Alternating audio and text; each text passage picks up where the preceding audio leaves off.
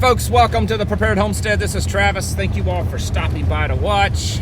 Been out doing a bunch of weed trimming today. Some of you often ask, what do I do for a living? Well, I make the videos, make lots of content, manage all that kind of stuff. And then on the side, I also have some mowing jobs, and they're cemeteries, which aren't too bad, except that's a lot of gravestones to weed eat around, trim around. So that's like a whole day right there, just trimming around all these gravestones. Anyway, so that's what I've been doing. Getting ready to do a live stream on Locals. So if you're a Locals member, my wife and I will be doing a live stream on there at around 4. I don't know when you'll see this video, so maybe before or after that, but we'll be posting that or doing a live stream there here in a little while. I want to talk to you about Burning Man Festival. Some of you know what it is, some of you don't. Bear with me because I'm going to explain some things before I get to the actual point of what I'm going to talk about. If you don't know what Burning Man is, it's a big festival that they have every year out in the desert north of Reno, Nevada. It's like Woodstock on steroids. It's this art festival kind of thing. They make this weird stuff, and it's very sexually induced. Lots of sex, lots of drugs. It's very demonic. They do all these kind of crazy rituals and stuff, and they build like effigies, and they burn them, and they build a temple, and they burn that.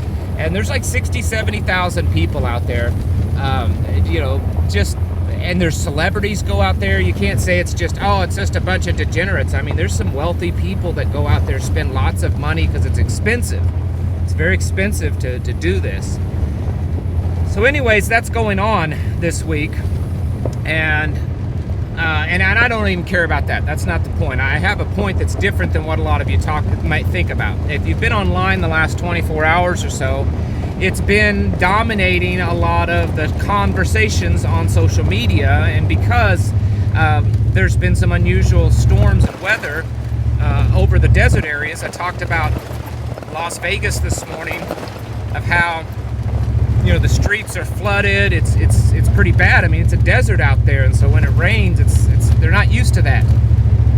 Well, it's raining up there too, a lot, and I'm supposed to have some more today. And because of this festival, they choose to have it in a dried out lake bed. And so you add rain to the desert kind of alkaline clay type soil that's hard packed, and you have a disaster. People, they can't leave, cars are getting stuck, vehicles, you can't hardly even walk in the stuff. It's so bad. It's just this like putty, sticky concrete, cement, liquid, clay stuff. It's horrible, right? And so there's all these conspiracies about some kind of natural disaster or national disaster and all this kind of stuff going on, and I could care less about that. Basically what's happened is that they're stuck there at this festival, and they can't really get out.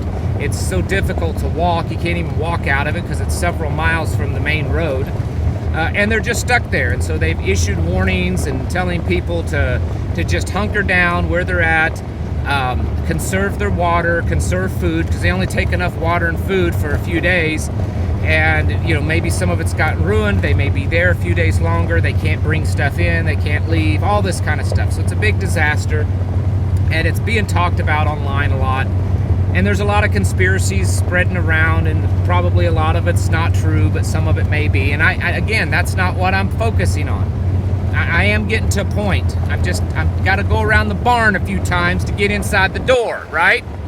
I'm an Ozark hillbilly, and this is how we tell stories, so just bear with me. Some of you're just all big city and want to tell the story fast, get fast to it, and that's just not me, right? You just got to live with it. Anyways, my perspective of this is what we're seeing, and just like anytime that there's a natural disaster, if you've watched my channel for any length of time, I always say we need to learn from this. See how the people react, see how the government reacts, how the local governments react, and it gives us a good idea of what to expect when something really big happens to you. Well, this is another one, a learning experience. So it's a complete disaster.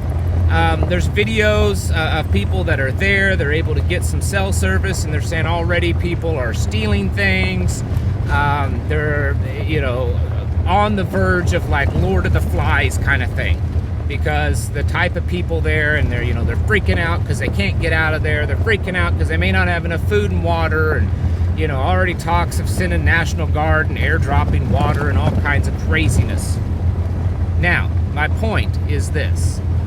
This is a good example of what we will have to deal with when everything falls apart. Not necessarily if there's floods and people are stuck or anything like that. But I would guess, and I think they said this year was around 73,000 attendees. I would guess that that 73,000 is a pretty good representation of the millennials and younger people. I mean, there's definitely some older folks there, but let's just say a good representation of most of the country. Maybe not out here in the countryside where I'm at, or if you live out in the sticks and stuff, but you have to understand that the vast majority of American citizens are in bigger cities. The vast majority of American population. These people, they go out there in their very controlled environment. They think that they're out there in the middle of nowhere. They think that they're roughing it in their RVs and with all their fancy conveniences and stuff. But they're not prepared at all. They're not prepared for that kind. They're dumb. I mean, they're camping in a dry creek bed or dry lake bed. I mean, how dumb can you get? I don't care if it is the desert. That makes it even worse, because everything's going to run to that. These people have no concept of what it means to go through tough times. And in just a couple of days, like it's only been a couple of days, that there's reports of looting and violence and little pockets. I'm not saying widespread, and I'm basing this on videos posted online of people that are actually there. You can tell that they're actually there. I mean, I think I'll put one up here just to show this is one of them. So just in a couple of days, people are already losing it. You know, they're not decent people. Okay, they're very modern people. They're used to their conveniences. They use drugs. They're, you know, very, very woke. It's a very, very woke crowd. Okay, a very good representation of, you know, these aren't like gangbanger thugs. Okay, these are people that have money, that, you know, their college degrees and their fancy jobs, and they go to their Starbucks every day, and they drive around in their little, you know, electric vehicle, you know, Teslas and Priuses and whatever else is popular. I don't have any clue. I'm fine with my 25-year-old rust bucket. And they get put into a situation that, you know, is uncomfortable. It's not great. It's not the best of situations. I mean, most of the reports saying that they believe that by Tuesday they should be able to get out of there. I think the festival was slated to end Sunday or Monday, today or tomorrow, and they hoping people can start getting out by Tuesday or Wednesday. So, you know, at the worst case scenario, they may be there a half a week to a week longer. Is that really the end of the world? I mean, they're not even at the end of the festival, so there still should be some food and water, and people are already losing their minds. People are already, you know, being violent. They're already stealing things. They're already destroying. There's reports of people tearing up RVs, breaking into them, breaking into people's campsites and tearing stuff up. Why? Because they're degenerates. They're reprobates. That's what our society is now filled with. And they cannot grasp a world, they cannot grasp a situation that is out of their control. They have no concept of how to survive, of how to behave, of how to be decent human beings, of how in times of struggle and strive to help each other out. You know, out here where I live and where many of you live similar, if we have an ice storm or tornado or any kind of bad weather, neighbors come together. People that I don't even know. I know where, you know, I may drive by their house every once in a while, but I don't know them. And they'll come together.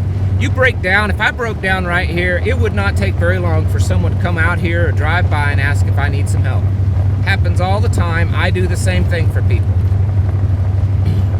These kind of people, these modern, very woke, I don't know how to put it nicely. I don't know how to be politically correct. But these kind of people, they're not capable. They're so far separated from decent human beings, from real life, of actually having to really work hard and to sometimes struggle and to break sweat sometimes and to have actual skills. They're so separated from that. They've lived their comfortable, convenient, Starbucks, air-conditioned, video-gamed, Instagram life, that they have no concept of what it means to actually survive. And so what we're seeing here, while it's a tiny little microcosm, I get it, but it should be enough to kind of wake you up and for you to realize that when things start getting bad here, around everywhere, when the food shortages get worse and the food prices continue, because they're going up. You think it's ridiculous to go pay $150 for 2 bags of groceries at Walmart right now, because that's about what people are paying. You think that's bad. You wait until you can't even afford to keep yourself from being hungry, because that's going to happen. It's going to happen. The amount of shortages, the amount of price increases, and I'm not talking shortages where there's no food and it's a big famine. It could happen, but just shortages to the point that the prices are going to increase beyond the average person's ability to afford it. Right now, 61% of Americans are struggling paycheck to paycheck. That's a crazy number, but that's an official number. It's going to get bad, and I'm not even at this point mentioning, World War II or World War III, pandemic, lockdowns, grid failures, all that kind of stuff. If those kind of things happen, then it's really pushed over the edge. Right now, over the past 3 years, we've seen an increase of violence and insanity amongst the population just because things have gotten tougher, because they mentally can't handle it. They can't handle the isolation. They can't handle the stress. And we're seeing the results of it. And if you take and you push that up just a few more notches, it's going to get really bad. And then you add to that some type of major event or multiple major events like bank collapses and dollar shortages and collapses and world wars and more pandemics and all that kind of stuff. And then you're pushing the volume through the roof. And you're going to see people like what's happening at Burning Man, like what's happening in the inner cities, and even in the beyond the inner cities of a lot of these big areas around the country. You're going to see that very much widespread, and it's going to be crazy. And that's why you should be stocking up. That's why you should have food supplies, so that you don't have to go out and fight the violent masses for a can of tomato soup or a loaf of bread. That's why you should be producing your own food. That's why you should have your own self-defense tools and know how to use them. That's why you shouldn't even live around them. Get out of these places. My goodness, I'm so sick and tired of all the arguments. If you're in a situation where it's money or it's health, I have a little bit more sympathy, but I get these people all the time like, oh, well, I just consider it a ministry to allow my wife and children and myself to live amongst all these reprobates and these satanic, demonic people, and exposing their genitals and stuff to my children. That's why my children are in school, because maybe we can be a little shining light. No, you're sending your children into the gas chambers, into the death chambers by sending them to school. It's the same way with living in the cities. I don't hate you or dislike you or think less of you because you live in them. I'm just telling you, it's time to stop making excuses. And if you're serious, get out of them. Figure out a way.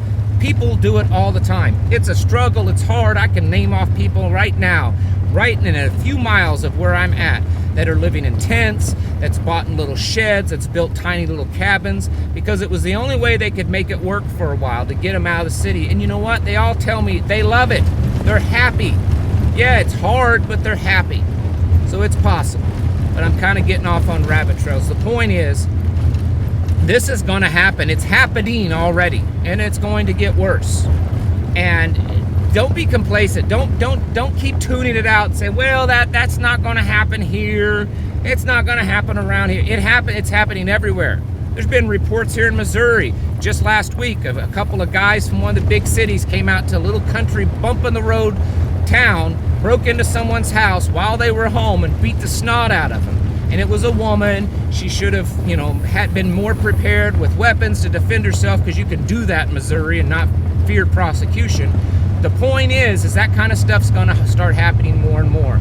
If you don't band together with other people, train, defend yourself, have the tools and equipment to defend yourself, and the food and other resources to keep you out of those horrible places, when it all starts falling apart, you're going to be right in the middle of it. And that's what I've been preaching at you for years, is to get yourself ready so that you don't have to be stuck in the middle of their Sodom and Gomorrah while they're burning to the ground. Folks, it's time to get your houses in order. Prepare yourselves mentally, physically, and spiritually. Thanks for watching. I'll catch you in the next video.